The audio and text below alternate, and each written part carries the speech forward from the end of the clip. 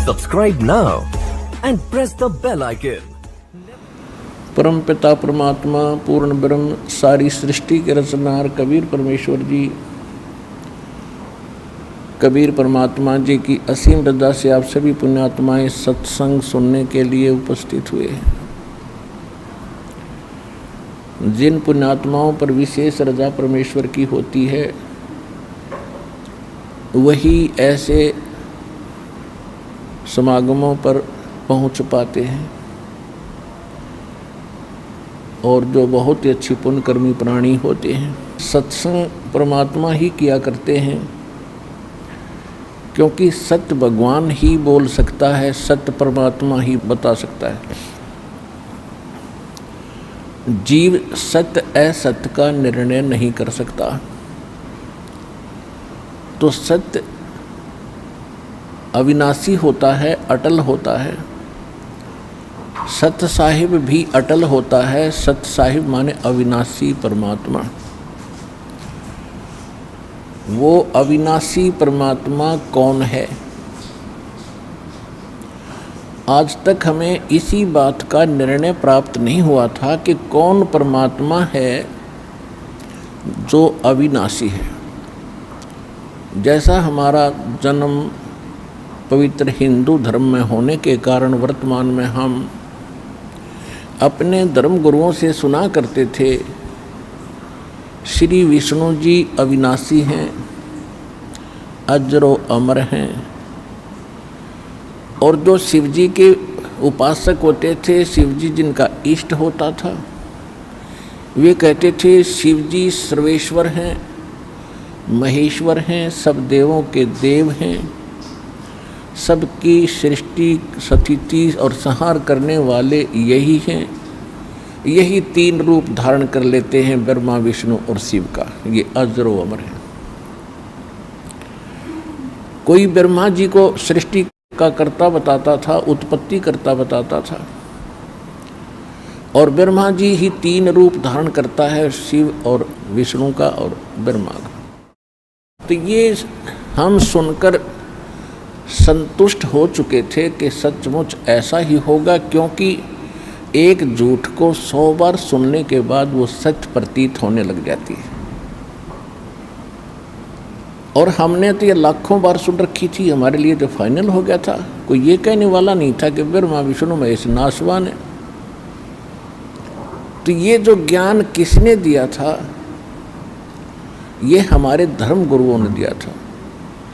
तो यदि हम ये सोचें कि जीव सत्य असत्य का निर्णय कर सकता है, तो इसी उदाहरण से आप आसानी से समझ सकते हो कि जीव सत्य असत्य का निर्णय नहीं कर सकता। ऋषि महर्षियों के हम ऐसे ऐसे चमत्कार भी सुना करते थे,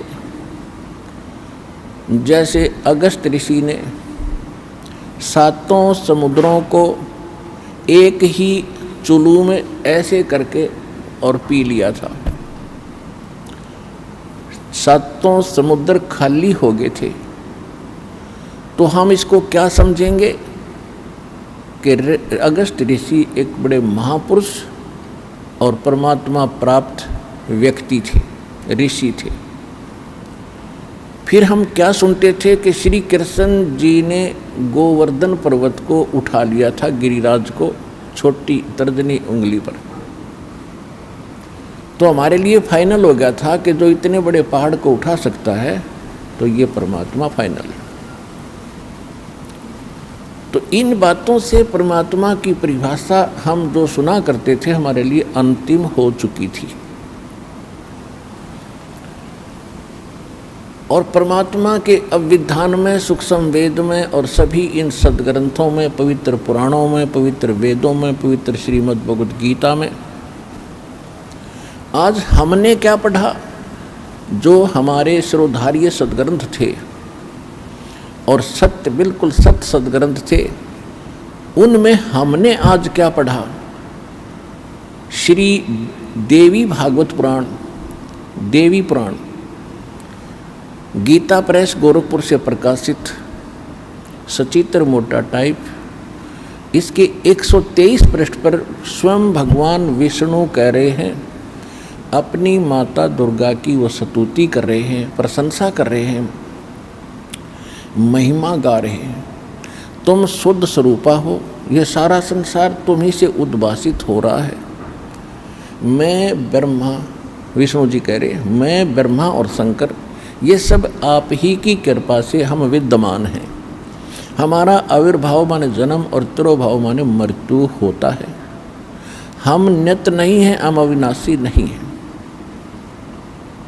और आप नित्य हैं, प्रकृति देवी है।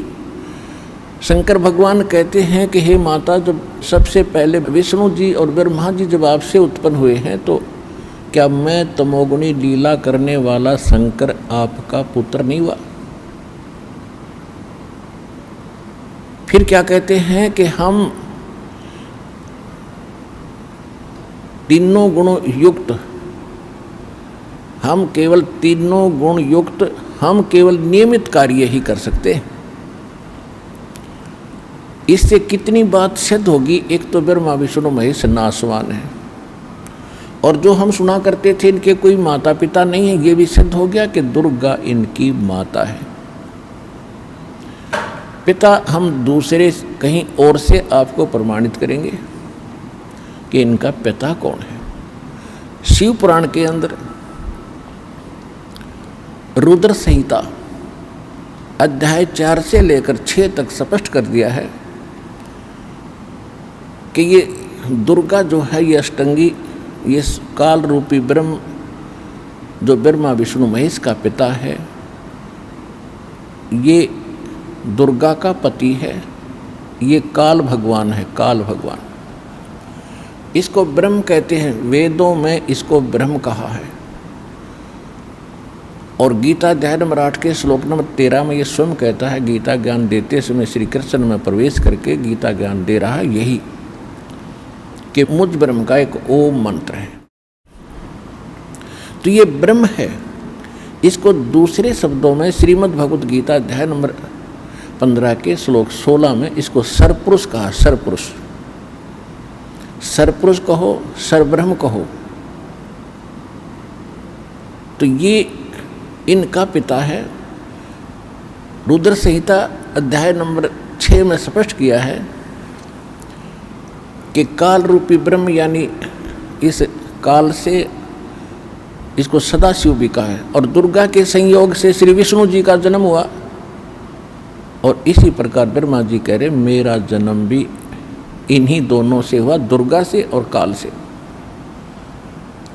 फिर शिव पुराण के विद्वेश्वर संहिता के प्रथम अध्याय में नंदीकेश्वर बता रहे हैं, एक बार ब्रह्मा और विष्णु का आपस में झगड़ा हो गया, युद्ध हो गया। किस बात पर? इसी भ्रम में कि ब्रह्मा जी कह रहे थे मैं तेरा पिता हूँ विष्णु जी को, क्योंकि मैं सारे सृष्टि का पिता हूँ, जनक हूँ। और विष्णु जी कह रहे थे कि मैं तेरा बाप हूँ, क्यों तो आप मेरी नाभि से उत्पन्न हुए हो, नाभि कमल से। इसी बात पर इन दोनों का युद्ध हो गया। इनके युद्ध समाप्त कराने के लिए इनके पिता काल ने, सदाशिव रूपी ब्रह्म ने इनके बीच में एक स्तंभ खड़ा कर दिया, पिलर। ये युद्ध करना बंद करके उस पिलर के और छोर को खोदने लगे। तब ये स्वयं आकर खड़ा हो गया शंकर भगवान की वेशभूषा में। ये ऐसे ही छल कपट करता, अपने वास्तविक रूप में कभी किसी के सामने प्रकट नहीं होता। इन्हीं तीनों, कभी ब्रह्मा जी के रूप में, कभी अपने पुत्र विष्णु जी के रूप में, कभी अपने पुत्र शिव जी के रूप में, ये कहीं प्रकट होकर और लीला कर जाता है। साधक भ्रम में पड़ जाता है कि ये ब्रह्मा सगुण जो देवता हैं या विष्णु जी जो सगुण देवता हैं, यही सब कुछ है। तो ये अभी तक बिजली गिरी रही, यही अज्ञान इन ऋषियों में समाया रहा।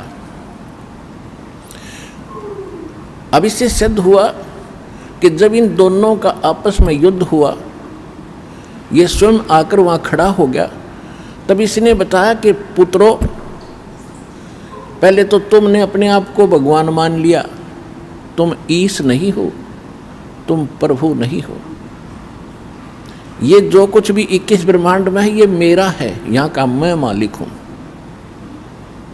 और तुमने तपस्या करके मुझसे ये 2 जॉब प्राप्त किए हैं, 2 विभाग। रजोगुण यानी उत्पत्ति विभाग ब्रह्मा जी ने और विष्णु जी ने सती थी। ये मैंने तुमको खुश होकर दी है, तुम्हारी तपस्या से प्रसन्न होकर।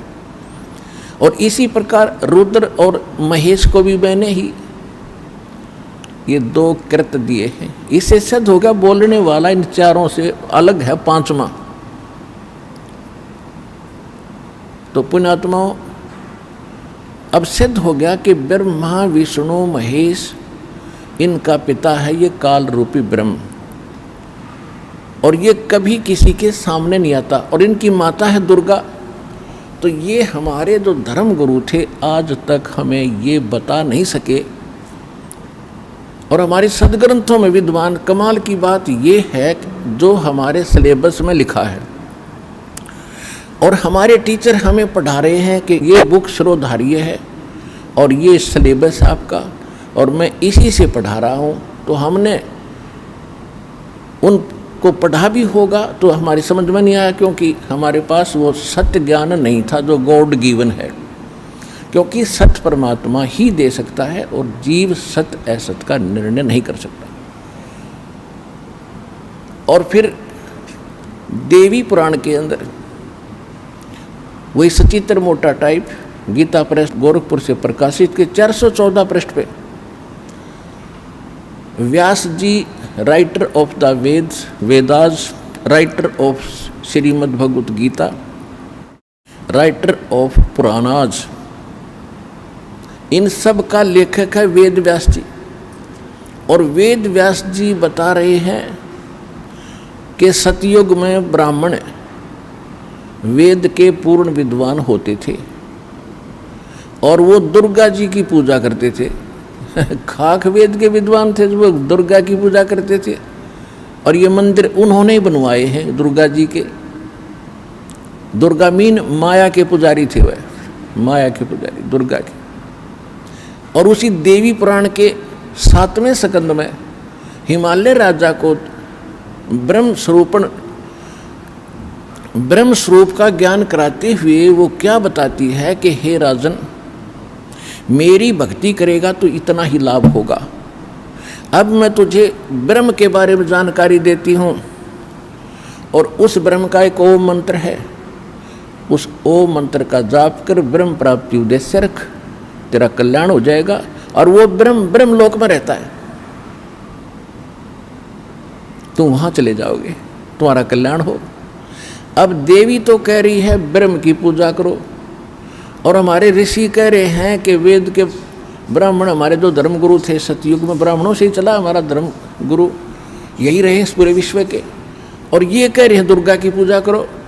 हर वेद के विद्वान थे, वेद में है कहीं दुर्गा के एक अक्षर दिखा दो दुर्गा की पूजा का होता है। तो एक खाक विद्वान थे, वेद पढ़ने पर भेद ना जान ये बच्चे पुराण 18, और पत्थर की पूजा करें और भूल गए सिरजनारा।